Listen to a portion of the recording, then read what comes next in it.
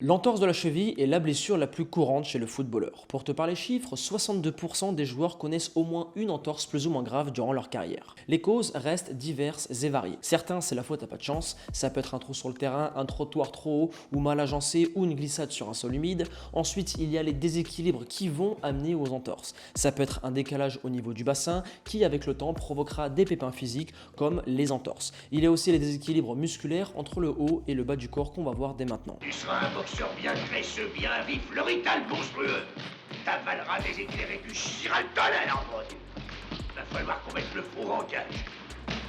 Dans les débuts, beaucoup de joueurs ne structurent pas leurs séances de renfort et en faisant les séances à la carte, ils vont soit développer une partie plus que l'autre et je pense d'ailleurs au haut du corps. Beaucoup commencent par cette zone et quand le haut est trop musclé par rapport aux fondations qui sont donc les jambes, cela engendre une cassure et provoque des entorses. Cela a été d'ailleurs mon cas quand j'étais au centre de formation à Toulouse. J'ai voulu en faire qu'à ma tête et en m'entraînant de mon côté pour devenir meilleur que les autres sur le terrain, mais au bout de quelques semaines, clac, entorse de la cheville droite. Et pour tous les joueurs qui sont dans ce cas-là, de vouloir en faire plus que les autres pour progresser, vous avez en description les programmes spécifiques pour footballeurs. Il y en a pour chaque spécialité: explosivité, vitesse, technique avec ballon, endurance, renforcement musculaire en salle et au poids de corps. Et chaque programme est au format vidéo et PDF avec des vidéos d'accompagnement pour optimiser vos résultats. Et enfin, vous avez la dernière cause de blessure, c'est les entorses mal soignées. Ça, c'est 50% des entorses. En règle générale, le joueur la soigne mal, reprend trop vite et ne fait pas le nécessaire pour la solidifier. Et c'est pour ça que dans cette vidéo, je vais te présenter 3 exercices pour prévenir les entorses si tu n'en as jamais eu et solidifier si tu en as déjà eu une ou plusieurs. Le premier exercice, c'est du 3 en 1. D'ailleurs, j'en profite pour te dire que cette séance est à faire soit en début d'une session renfo ou si tu es en centre, c'est à faire avant chaque entraînement sur terrain lorsque tu as accès à ta salle de renforcement musculaire. Cet exercice est composé d'extensions mollets à la presse, du bosu plus le losange magique. Pour les recommandations, les voici. C'est 30 secondes de temps sous tension par partie.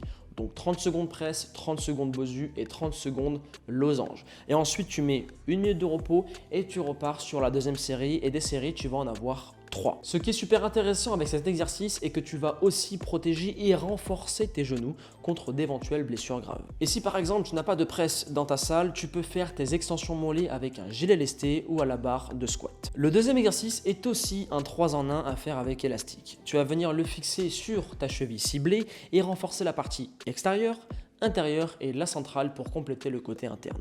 Les consignes restent les mêmes avec 30 secondes de temps sous tension de chaque côté. Personnellement, je préconise de la résistance pour une cheville saine, mais si tu reviens d'une entorse, commence avec une charge assez légère. Le troisième exercice, c'est le zigzag à l'échelle. On a tendance à souvent penser au bosu pour renforcer sa cheville, mais les exercices en mouvement sont aussi excellents.